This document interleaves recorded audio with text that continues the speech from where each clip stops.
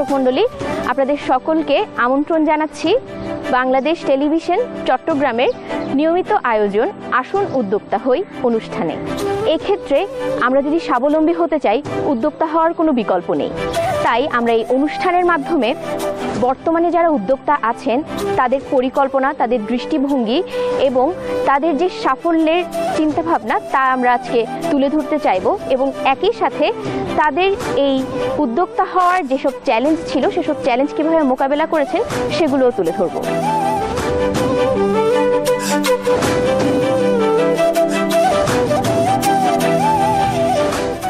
প্রিয় দর্শক, আমরা এখন কথা বলবো একজন সফল উদ্যোক্তা জনাব জসিমউদ্দিন চৌধুরীর সাথে। আমরা প্রথমেই জানতে চাইবো আপনার যে ব্যবসার ধারণাটা কোথা থেকে এলো? আমি চট্টগ্রাম বিশ্ববিদ্যালয় থেকে সমাজতন্ত্র বিভাগ থেকে এমএসএস ডিগ্রি লাভ করার পর বিভিন্ন জায়গায় আমি চাকরির জন্য দরখাস্ত করেছি, যোগাযোগ করেছি। যেভাবে হোক বিভিন্ন কারণে আমার চাকরি না হওয়াতে আমি চিন্তা করলাম আর সময় নষ্ট করে লাভ হবে না, চাকরিটা আমি মাথা থেকে ফেলে দিয়ে আমি আমার কিছু নিজে উদ্যোক্তা হয়ে কিছু করার চিন্তা ভাবনা শুরু করলাম। আমি আমার পরিবারের বড় সন্তান হিসেবে পরিবারে আমার অনেক দায়িত্ব আছে, এই বিষয়টা মাথায় রেখে আমি কাজে নেমে গেলাম। আমি আমার আত্মীয় স্বজন কাছে কিছু টাকা জোগাড় করে সর্বপ্রথম 50,000 টাকা পুঁজি দিয়ে আমি আমার ব্যবসা শুরু করেছি। প্রথম আমার ব্যবসা শুরু হয় কম্পিউটার ব্যবসা। চট্টগ্রামস্থ রহমতগঞ্জ মোড়ে মোজাহির ভবনের নিচের তলায় আমি সর্বপ্রথম আমার ছোটো ভাইকে নিয়ে কম্পিউটার কিংস স্থাপন করি। এই কম্পিউটার কিংসটা ছিল মূলত একটা ট্রেনিং সেন্টার। এই ট্রেনিং সেন্টার দিয়ে আমি আমার ব্যবসা শুরু করি। আমার ছোটো ভাই আমাকে সার্বক্ষণিক সহযোগিতা করতেন। তাকে এর আগেই আমি চিন্তা করলাম তাকে কম্পিউটার সম্পর্কে তাকে ট্রেনিং প্রাপ্ত করতে হবে। তাকে এক জায়গায় আমি কম্পিউটার শেখার ব্যবস্থা করলাম। সেই কম্পিউটার শেখার পরে তাকে আমরা দুজনেই সেই ইনস্ট্রাক্টর হিসেবে আমার প্রতিষ্ঠানে কাজ করতো, আমি সার্বক্ষণিক তদারকি করতাম। তারপর আমরা আস্তে আস্তে আমাদের কম্পিউটার কিংসের প্রসার বাড়ে। বিভিন্ন জায়গা থেকে ছাত্র বা ভর্তি হয় বিভিন্ন প্রতিষ্ঠানের। তখন কম্পিউটারের একটা বড় আকর্ষণ ছিল এবং কম্পিউটার শিক্ষার প্রতি মানুষের একটা ভারতভোগ ছিল এবং বিভিন্ন সরকারি প্রতিষ্ঠানের নির্দেশনা ছিল যে কম্পিউটার সম্পর্কে তার জ্ঞান ধারণা নিতে হবে। তাই বিভিন্ন সরকারি প্রতিষ্ঠানের কর্মচারীরাও বিভিন্ন ব্যবসায়িক প্রতিষ্ঠানের কর্মকর্তা আমাদের কম্পিউটার আসতো, তাদেরকে আমরা কম্পিউটার শেখাতাম। আমার ছোটো ভাই বোরহানুদ্দিন চৌধুরী এবং আমরা এইভাবে আস্তে আস্তে আমাদের ব্যবসাটা প্রসার হয়। এক পর্যায়ে চিন্তা করলাম যে যেহেতু আমরা কম্পিউটার প্রিন্টিংয়ের ব্যাপারে জড়িত, সুতরাং আস্তে আস্তে আমরা সেই আমাদের কম্পিউটার কিংসকে প্রিন্টিংয়ের দিকে ধাবিত করলাম। 1995 সালে আমরা আস্তে আস্তে প্রিন্টিংয়ের দিকে চলে গেলাম। প্রিন্টিং এবং কম্পিউটার ট্রেনিং দুটোই আমাদের সমান তালে চলছিল। আমাদের অবস্থা, আমাদের পরিচিতি বাড়তে লাগলো। চতুর্দিকে আমরা আমাদের পরিস্থিতির মাধ্যমে আমরা আমাদের পেশায় চলে যাচ্ছি। পরবর্তী পর্যায়ে আমাদের বিভিন্ন রকমের চড়া উত্তরে পার হতে হয়। বিভিন্ন ঘাত প্রতিঘাতের মাধ্যমে, উত্থান পতনের মাধ্যমে আমরা আসি। এইভাবে আমি আমার প্রথম ব্যবসাটা শুরু করি।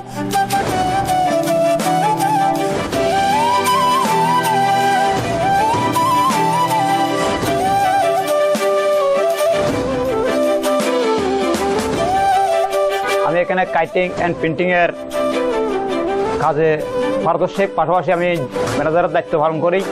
আমার বস প্রথম যখন কম্পিউটার কিংস ছিল রহমতগঞ্জ মোজাহির ভবনের নিচে, তখন থেকে আমি ওনার সাথে সম্পৃক্ততা। আমি ওই 2000 সালের পর যখন আমি এসএসসি পরীক্ষা দেওয়া আসার পর জসিম ভাইয়ের সাথে কাজ করার পর আবার দীর্ঘ 2015-এ এই প্রতিষ্ঠান তৈরি করার পরে আমরা অনেক স্বাবলম্বী হয়েছিলাম। এটা থেকে আমাদের পারিবারিক সংসার সব কিছু উপার্জন হয়েছে। কিন্তু ওনার পারিবারিক সমস্যার কারণে, বাইরের অ্যাক্সিডেন্টের কারণে আমাদের এই কারখানার একটু দাবিয়ে পড়ে। তৎকালীন সময়ে আমরা কিছুটা ব্যাংকের লোনের আবেদন করেছিলাম, কিন্তু ব্যাংকের মর্টগেজের স্ট্যাটাসের কারণে উদ্যোক্তারা কখনো উদ্যোক্তা হতে পারে না। আমরা সরকারের পক্ষে যদি কাউকে ক্ষুদ্র ঋণের ব্যবস্থা করে দিয়ে যদি প্রতিষ্ঠানকে উন্নত করতে পারে, তাইলে আমরাও বাঁচবো। আমাদের মালিক আমাদেরকে জসিম ভাই ছোট ভাইয়ের মতো স্নেহ করে, আদর করে, স্টাফ সবাইকে আঁকড়ে রাখে। কারণ উনি প্রথম বলছে উনি একটা সংসারের আমাদেরকে চাকরি দেওয়ার সব বলে যে আমরা এটা একটা পারিবারিক সংসার। আমি রাত্রে যখন ঘরে জাগি তার চেয়ে বেশি এখানে আমাদের সাথে থাকে। আমার স্যারের প্রথম 2015 যখন আরম্ভ করে, তখন ওনার একটা উদ্যোগ ছিল আমি এখানে সার্কেল তৈরি করব। সার্কেল মানে Softex limited bag shopping box যখন বাজার আসছে প্রথম, নন ওভেল ফেব্রিক্স, এটা পচে, এটা গলেও এটা আবার বাজারজাত করা, এটা মানসম্পন্ন, এটা শপিং মলে বিভিন্ন জায়গায় খ্যাতি। যেহেতু পিপির পরিবর্তে এটা আমরা এখনও বর্তমান সরকার বলছে পিপি বন্ধ করবে, পিপির পরবর্তী এটা গ্রহণযোগ্য। এই ধরনের যে কোনো উদ্যোক্তার একটা উৎসাহ দিতে হবে। উৎসাহিত যদি দিতে পারে তাহলে আমরা এটা শুধু এখন তো সফটেক্স লিমিটেড এটা পরিচালকের না, আমরা যারা অপারেটর আছে এখানে নারী আছে, আমাদের হেল্পার আছে, পুরুষ আছে, আমরা অনেক প্রায় 10-15 জনের একটা এটা প্রতিষ্ঠান।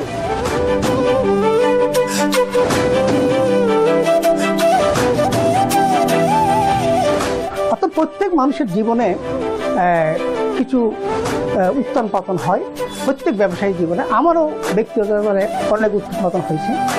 তো আমি 95 সালে শুরু করার পর থেকে আমরা ব্যবসা চালিয়ে যাচ্ছি। পরবর্তী পর্যায়ে এরপরে আস্তে আস্তে 2096-97 সালেও আমাদের ব্যবসার দশ কেমন ছিল। এরপর আমরা আবার চেষ্টা করছি পুঁজি করে, আমরা আবার চেষ্টা করছি, আবার পুজো দিয়ে আবার ব্যবসা শুরু করছি। পরবর্তী পর্যায়ে প্রতিবারেই আমাদের ব্যবসাতে যদি ধাক্কা লাগে আবার নতুনভাবে পুঁজি করে আমাকে থাকতে হয়, চলতে হচ্ছে। বিশেষ করে আমার এই ব্যবসা জীবনের প্রধান ধাক্কা এবং প্রথম ধাক্কা বলবো, আমি এটা অ্যাক্সিডেন্ট বলবো, সেটা হলো 2018 সালে আমার জীবনে আমার পরিবারের একটা ভয়াবহ বিপর্যয় নেমে আসে। আমার ছোটো ভাই মুফতি মাওলানা বক্তের উদ্দিন, যিনি জামিয়া আহমদিয়া মাদ্রাসার একজন মুফতি শিক্ষক, উনি সড়ক দুর্ঘটনায় পতিত হলে আমাদের পরিবারের মধ্যে অনেকটা দুর্বিষহ চলে আসে। এর মধ্যে আমাদের ব্যবসা অনেকদিন বন্ধ ছিল, তার চিকিৎসা নিয়ে দৌড়াদৌড়ি বিভিন্ন ধরনের। পরবর্তী পর্যায়ে এটা আল্লাহর রহমতে কোনো মতে কাতায় উঠতে আমাদের হাতে একটা ধাক্কা লাগে, সেটা করোনা ভাইরাস, বৈশ্বিক। এটা শুধু আমার উপর না, সবার উপরে। এটা কাটে উঠতে না উঠতে বিভিন্ন ব্যাপারে আমাদের উপর ব্যবসায়িকভাবে এই করোনা ভাইরাসের পর আসলে সারা বিশ্বে বা ব্যবসার উপর একটা ধস নেমে আছে, সেটা এখনও পর্যন্ত চলতেছে। এরপরে রাজনৈতিক প্রেক্ষাপটে বিভিন্ন ঘটনাচক্রে আমাদের ব্যবসার স্থগিত আসছে। আরেকটা বিষয় হচ্ছে, যখন আমার এই ব্যবসাটা বিশেষ করি প্রিন্টিংয়ের পরে আমি যখন ব্যাগের ব্যবসাটা শুরু করি 2015 সালে, তখন ব্যবসাটা খুব ভালো ছিল, এটা পরিবেশ বান্ধব এবং সবার চাহিদা ছিল। কিন্তু করোনা ভাইরাসের পরে এটার উপরে একটা ধাক্কা লাগে। ধাক্কাটা হচ্ছে এইভাবে, তখন আমাদের পুঁজি বাজারে কাঁচামালের দাম ছিল কম, ডলারের দাম ছিল কম, তখন 80 টাকা 82 টাকার মধ্যে ছিল। এখন সেটা বেড়ে অনেক বেশি বেড়ে গেছে। তারপর পরবর্তী পর্যায়ে আমাদের এই যে কাঁচামালের দাম বেড়ে দেওয়াতে আমাদের ব্যবসাতে একটা বড় ধাক্কা লাগে। কারণ এটা একটা সীমিত মানুষ, যারা লিমিটেড মানুষের ব্যবহার করে, এটা যেহেতু যে হারে আপনার যে কাঁচা বাজারের দাম বেড়ে গেছে, সেভাবে প্রতিটা ব্যাগের উপর, প্রতিটা ইনস্টলমেন্টের উপর দাম বেড়ে গেছে, যার কারণে মানুষের ক্রয় ক্ষমতা অনেকটা নাগালের বাইরে চলে গেছে। আমি আশা করব এই জিনিসটার উপর সবার উত্তম যারা কর্মকর্তা, যারা সরকার আছে, তাদেরকে একটু নজর দেওয়ার জন্য।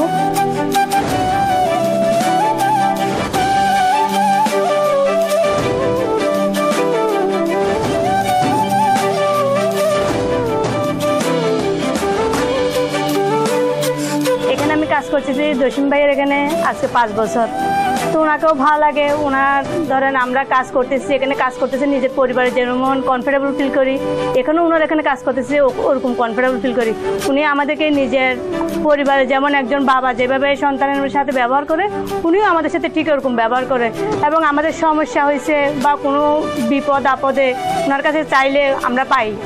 উনি আমাদেরকে সম্মান করে, আমরাও ওনাকে সম্মান করি। আমরা 4 জনের সংসার, মোটামুটি ভালোই চলতে পারতেছি। কারণ একজন মেয়ে শুধু ঘর সঙ্গে সামলালে হয় না, তারপরও তার নিজের কিছু চাহিদা থাকে।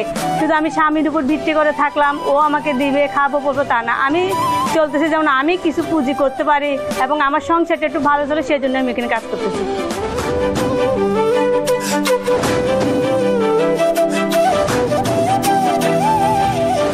আমার ভবিষ্যৎ পরিকল্পনা তো আসলে একজন ব্যবসায়ীর অনেক পরিকল্পনা থাকে, একজন উদ্যোক্তা তো অনেক পরিকল্পনা তার চিন্তা ভাবনা তার মাথায় আসে। আমার প্রথম পরিকল্পনা হচ্ছে যে আমি একজন উদ্যোক্তা হিসাবে আমার যে এই প্রতিষ্ঠানে যে সমস্ত কর্মচারীরা বা আমার সাথে যারা কাজ করে তাদেরকে নিয়ে, আমি মনে করি তাদেরকে নিয়ে আমার একটা পরিবার, এই পরিবারের যারা মেম্বার আছে আমি তাদেরকে নিয়ে আগাতে চাই এবং তাদেরকে নিয়ে আমি সামনের দিকে অগ্রসর হতে চাই।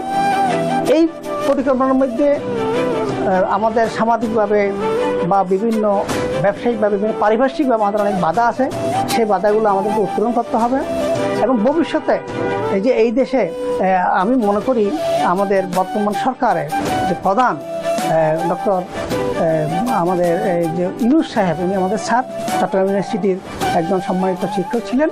উনি ক্ষুদ্র ঋণের উদ্যোক্তা এবং এই ক্ষুদ্র ব্যবসায়ীর জন্য ওনার যে কনসেপ্ট, সেই কনসেপ্টটা আমরা যদি সবাই কাজে লাগাই এবং সরকারও যদি এবং ওনার সরকার যদি এই ক্ষুদ্র ব্যবসায়ীদেরকে মন দেয়, একটু নজর দেয় এবং তাদেরকে যদি সহযোগিতা করে, আশা করি প্রত্যেক ক্ষুদ্র ব্যবসায়ীরা তাদের অভিষ্ট লক্ষ্যে পৌঁছতে পারবে।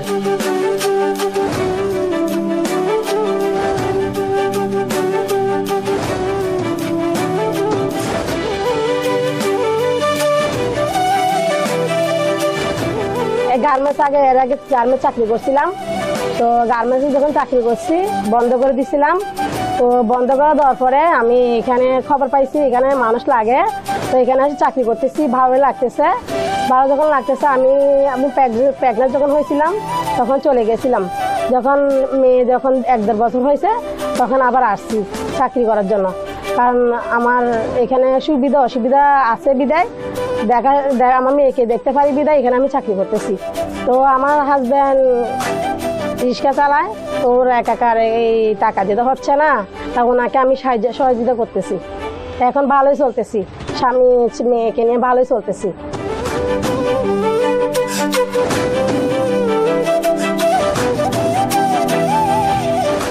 আমাদের বর্তমান চাকরির বাজার আমরা যদি দেখতে চাই তাহলে কিন্তু যথেষ্ট চাকরির সংকট রয়েছে। সেই হিসেবে আমরা যদি শুধু চাকরির পিছনে থাকি তাহলে কিন্তু বেকারত্বের হার অনেক বেড়ে যাচ্ছে। তাই যারা এখন সফল উদ্যোক্তা হতে চায় তাদের উদ্দেশ্যে আপনার পরামর্শটা বলবেন। বর্তমান চাকরির বাজারের ক্ষেত্রে আপনাদের মাথায় না রেখে এটা ফেলে দিয়ে আপনারা নিজেরা উদ্যোক্তা হন। এবং উদ্যোক্তা হওয়ার প্রথম শর্ত হচ্ছে আপনাদেরকে টেকনিক্যাল হতে হবে, কোনো কিছু জানতে হবে।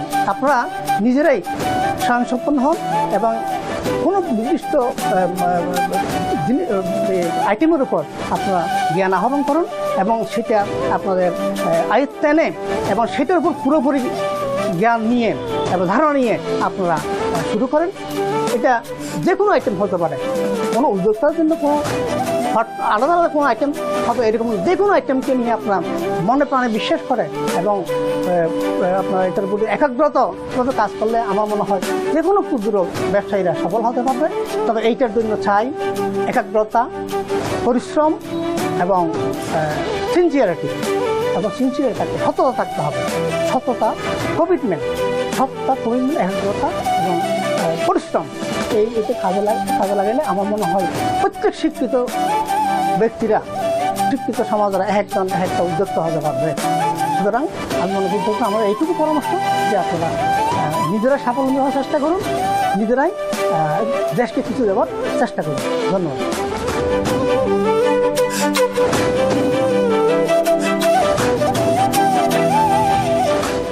দর্শকবৃন্দ, আজকের পর্ব থেকে আমাদের শিক্ষণীয় বিষয় ছিল উদ্যোক্তাদের জীবন কণ্টকাকীর্ণ হলেও সাহস এবং অধ্যবসায়ের মাধ্যমে তারা সকল ধরনের চ্যালেঞ্জ মোকাবেলা করতে সক্ষম হন। এবং আমরা যদি স্বাবলম্বী হতে চাই তাহলে 9টা-5টা চাকরির পিছনে না দৌড়িয়ে আমাদের উচিত হবে নিজেদের সৃজনশীলতাকে কাজে লাগিয়ে উদ্যোক্তা হওয়া এবং আমাদের দেশকে এগিয়ে নিয়ে যাওয়া। তাই দর্শক, আজকে আমরা একদম শেষ পর্যায়ে আপনাদের সকলকে ধন্যবাদ জানাই এবং পরবর্তী পর্বে আপনাদের সাথে আবার দেখা হবে। সেই পর্যন্ত ভালো থাকবেন, সুস্থ থাকবেন। ধন্যবাদ সকলকে।